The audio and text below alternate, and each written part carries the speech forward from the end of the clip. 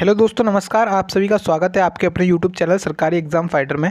दोस्तों, आप सभी लोग जानते हैं जो आपकी एसएससी एमटीएस की परीक्षाएं हैं वो 2 मई से स्टार्ट हो गई। तो अब आपके पास बहुत कम टाइम बचा है, तो आपके लिए यहाँ पे हम जीके के मोस्ट इंपॉर्टेंट क्वेश्चंस को लेकर के आए हैं जो कि आपके एग्जाम के लिए बहुत ज़्यादा इंपॉर्टेंट होंगे। तो चलिए शुरुआत करते हैं आज के पहले क्वेश्चन के साथ। और वीडियो स्टार्ट करने से पहले जिसने वीडियो को लाइक नहीं किया तो एक बार वीडियो को लाइक करिएगा। इसी प्रकार के वीडियोज़ के लिए चैनल को सब्सक्राइब कर लीजिएगा।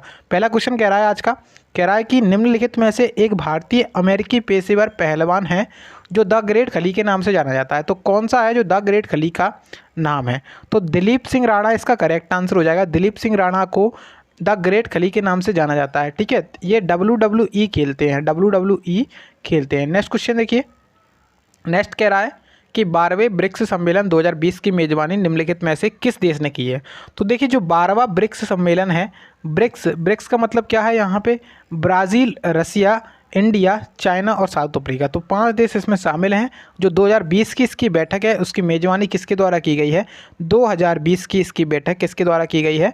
रूस में यहाँ पे इसने मेज़बानी की थी। ऑप्शन नंबर 2 इसका करेक्ट आंसर है। अब 2022 में ये बैठक कहाँ पे हुई थी, इसकी मेज़बानी किसने की थी, इसको जरूर देख लीजिएगा, आपसे एग्जामिनर पूछ सकता है। नेक्स्ट क्वेश्चन कह रहा है, क्वेश्चन में कह रहा है कि 18वीं शताब्दी के भारतीय युद्धों के संदर्भ में पैदल सेना के सैनिकों द्वारा इस्तेमाल की जाने वाली भारी बंदूक को निम्नलिखित में से क्या कहा जाता था? देखिए, जो 18वीं शताब्दी में बहुत सारे युद्ध लड़े गए थे, तो उसमें जो पैदल सेना होती थी जिसको इंग्लिश में इन्फेंट्री कहा जाता है, तो उसमें सैनिकों के द्वारा बंदूकें यूज़ की जाती थी, भारी बंदूकें। अब भारी बंदूकों को क्या कहा जाता था? तो भारी बंदूकों को कहा जाता था मस्कट। ऑप्शन नंबर कौन सा? चौथा जो है ना, ऑप्शन नंबर इसका करेक्ट आंसर है, मस्कट कहा जाता था। ठीक है, मस्कट कहा जाता था। नेक्स्ट क्वेश्चन कह रहा है कि सूचना का अधिकार यानी कि राइट टू इन्फॉर्मेशन अधिनियम 2005 किसको छोड़कर संपूर्ण भारत में लागू है? देखिए, जो सूचना का अधिकार है, राइट टू इन्फॉर्मेशन है, वो किसको छोड़कर के संपूर्ण भारत में लागू है? तो जम्मू कश्मीर को छोड़ करके। ठीक है, जम्मू कश्मीर इसका करेक्ट आंसर है। अब आप लोग चेक करिए कि जम्मू कश्मीर में वर्तमान में ये लागू हो चुका है या फिर नहीं हो चुका है, क्योंकि जम्मू कश्मीर से धारा 370 हटा दी गई है। नेक्स्ट क्वेश्चन देखिएगा। नेक्स्ट कह रहा है कि निम्नलिखित में से क्या एक व्यापक पद है जिसमें शरीर के भीतर घटित होने वाली सभी रासायनिक अभिक्रियाएं शामिल हैं? तो करेक्ट आंसर इसका क्या होगा? करेक्ट आंसर यहाँ पे हो जाएगा ऑप्शन नंबर 4। तो चयापचय, अगर आप लोग आंसर दे रहे हैं ऑप्शन नंबर 4 इसका करेक्ट है, तो आपका आंसर सही होने वाला है। नेक्स्ट क्वेश्चन कह रहा है कि प्रथम आधुनिक ओलंपिक खेलों की शुरुआत 6 अप्रैल 1896 में कहाँ पर की गई थी? देखिए, जो पहले आधुनिक ओलंपिक थे उनकी शुरुआत कहाँ पे की गई थी? उनकी शुरुआत की गई थी एथेंस में। एथेंस में की गई थी इनकी शुरुआत। ऑप्शन नंबर पहला इसका करेक्ट आंसर है। एथेंस यूनान का एक शहर है, यूनान का एक शहर है जिसका नाम है एथेंस, तो इसको ध्यान रखिएगा। 6 अप्रैल 1896 को इसकी शुरुआत की गई थी। ठीक है, नेक्स्ट क्वेश्चन कह रहा है कि ज्ञानपीठ पुरस्कार क्या दिया जाता है? जो ज्ञानपीठ पुरस्कार है उसमें क्या दिया जाता है? तो पहला ऑप्शन है कि 21 लाख रुपए का नकद पुरस्कार, प्रशंसा पत्र और देवी सरस्वती की कांस्य प्रतिमा। दूसरा आपसे कह रहा है कि 11 लाख रुपए का नगद पुरस्कार और प्रशंसा पत्र और देवी सरस्वती की कांस्य प्रतिमा।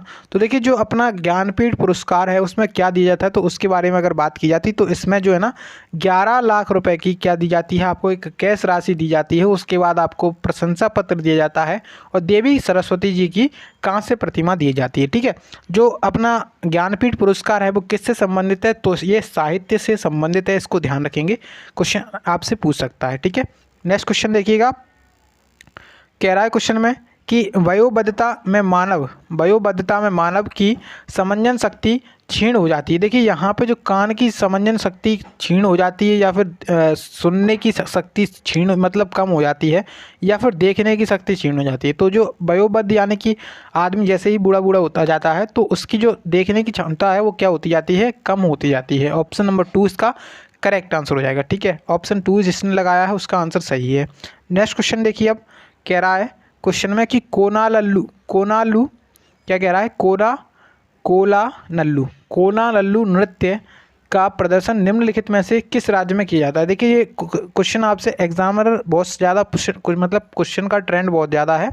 तो इसमें देखिए, कोलानल्लू जो डांस है, नृत्य है, वो किस राज्य में किया जाता है? तो ये किया जाता है आंध्र प्रदेश में। ठीक है, आंध्र प्रदेश इसका करेक्ट आंसर हो जाएगा। इसका एक और नाम है, इसका नाम क्या है, एक और छड़ी नृत्य, इसको छड़ी नृत्य भी कहा जाता है, छड़ी नृत्य इसको कहते हैं, इसको ध्यान जरूर रखिएगा, आपसे एग्जामिनर पूछ सकता है। नेक्स्ट क्वेश्चन, नेक्स्ट कह रहा है कि 1920 के दशक की शुरुआत में एक उग्रवादी गुरिल्ला आंदोलन आंध्र प्रदेश की कौन सी पहाड़ियों में फैल गया था। तो एक आंदोलन चलाया गया था 1920 की शुरुआत में, दशक जो शुरुआत हुई थी 1920 के दशक की शुरुआत, उसमें एक गुरिल्ला आंदोलन चलाया गया था। गुरिल्ला आंदोलन कहाँ पे, आंध्र प्रदेश में। अब आंध्र प्रदेश की कौन सी पहाड़ियाँ थी, तो गुडेम हिल्स, कौन सी थी, गुडेम की पहाड़ियाँ, ऑप्शन नंबर तीसरा इसका करेक्ट आंसर है। मोस्ट इंपोर्टेंट क्वेश्चन है, हिस्ट्री के हिसाब से आपसे पूछ सकता है। नेक्स्ट देखिएगा, पंजाब का निम्नलिखित में से कौन सा त्यौहार पारंपरिक रूप से रबी फसलों की कटाई से संबंधित है। तो देखिए जो पंजाब है उसका कौन सा त्यौहार है जो पारंपरिक रूप से कहाँ से संबंधित है, तो ये यहाँ पे इसका आंसर हो जाएगा बैसाखी। बैसाखी में क्या होता है, जब फसलें होती हैं तो उसकी कटाई पर ये किया जाता है, ठीक है। ऑप्शन नंबर पहला इसका करेक्ट आंसर हो जाएगा।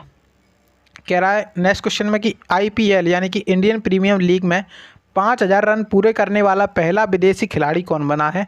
तो IPL में 5000 रन पूरे करने वाला पहला जो विदेशी खिलाड़ी है वो कौन बन गया था, तो वो बन गया था डेविड वार्नर। डेविड वार्नर ये बन गया था, अब इसने 5000 रन को पूरा कर लिया था, ठीक है। डेविड वार्नर इसका करेक्ट आंसर हो जाएगा। नेक्स्ट क्वेश्चन कह रहा है कि व्योम मित्र जो जनवरी 2020 में खबरों में आया था वो क्या था। तो व्योम मित्र की बात की जाए तो व्योम मित्र क्या था, तो ये इसरो की एक विकसित ह्यूमनॉइड रोबोट थी, ठीक है। ऑप्शन नंबर 4 इसका करेक्ट आंसर है। इसरो की क्या है, ह्यूमनॉइड रोबोट, ठीक है। नेक्स्ट क्वेश्चन, नेक्स्ट में कह रहे हैं कि दिल्ली के सुल्तानों के शासनकाल के दौरान एक पांडुलिपि तैयार करने के लिए 4 चरण आवश्यक होते थे, निम्नलिखित में से कौन सा चरण उनमें से एक नहीं था। तो देखिए यहाँ पे कई सारे चरण हुआ करते, तो 4 चरण कौन कौन से थे, एक तो कागज़ तैयार करना, दूसरा उसके बाद पाठ लिखना, तीसरा होता था कि महत्वपूर्ण शब्दों और अंशों को उजागर करने के लिए सोना पिघलाना, और चौथा जो होता था बाइंडिंग और तैयार करना, जो बाइंडिंग होती है उसको तैयार करना। तो इसमें जो करेक्ट आंसर होगा वो यहाँ पे क्या होगा, ऑप्शन नंबर 4 यानी कि पाठ को संपादित करना इसमें नहीं शामिल था, ठीक है। पाठ को संपादित करना इसमें शामिल नहीं था, ऑप्शन तीसरा इसका एकदम सही उत्तर हो जाए। तो ऑप्शन तीसरा जिसने लगाया उसका आंसर सही है। नेक्स्ट क्वेश्चन देखिएगा, कह रहा है कि अशोक चक्र से सम्मानित होने वाले प्रथम भारतीय महिला कौन थी। तो मोस्ट इंपॉर्टेंट क्वेश्चन है, जो अशोक चक्र है इससे सम्मानित होने वाली पहली भारतीय महिला का नाम क्या था, तो नीरजा भानोट। नीरजा भानोट को 1986 में अशोक चक्र से सम्मानित किया गया था, ठीक है। नेक्स्ट क्वेश्चन में कह रहे हैं कि भारत के निम्नलिखित में से किस राज्य में सोने के भंडार हैं। देखिए जो इंडिया है उसमें किस राज्य में सोने के भंडार हैं, तो कर्नाटका में। कहाँ पर हैं, कर्नाटका में। इसका करेक्ट आंसर क्या होगा, कर्नाटका, ठीक है। कर्नाटक यहाँ पे करेक्ट आंसर हो जाएगा, ऑप्शन नंबर 4 कर्नाटक जिसने आंसर दिया है उसका आंसर सही है। नेक्स्ट देखिए क्वेश्चन कह रहा है कि निम्नलिखित में से क्या पदार्थ का एक उदाहरण नहीं है। देखिए जो पदार्थ होता है उसका उदाहरण क्या नहीं है यहाँ पे, तो पदार्थ का उदाहरण क्या नहीं है, गुरुत्व। यहाँ पे ऑप्शन नंबर 2 करेक्ट आंसर हो जाएगा, ठीक है। ऑप्शन नंबर 2 इसका करेक्ट आंसर है, ऑप्शन 2 जिसने दिया है उसका आंसर सही है।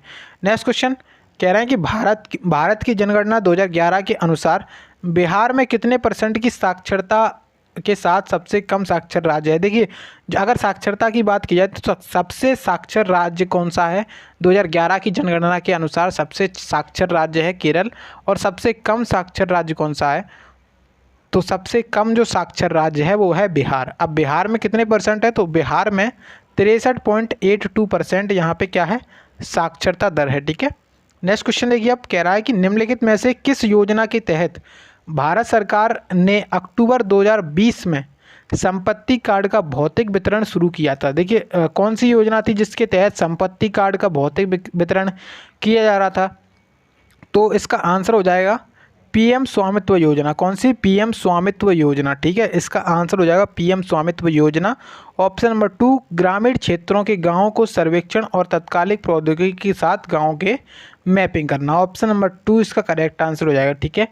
नेक्स्ट क्वेश्चन देखिएगा, नेक्स्ट की तरफ चलते हैं और क्वेश्चन में कह रहे हैं कि निम्नलिखित में से कौन पूर्वी बंगाल के एक वकील थे जो असहयोग आंदोलन में विशेष रूप से सक्रिय थे।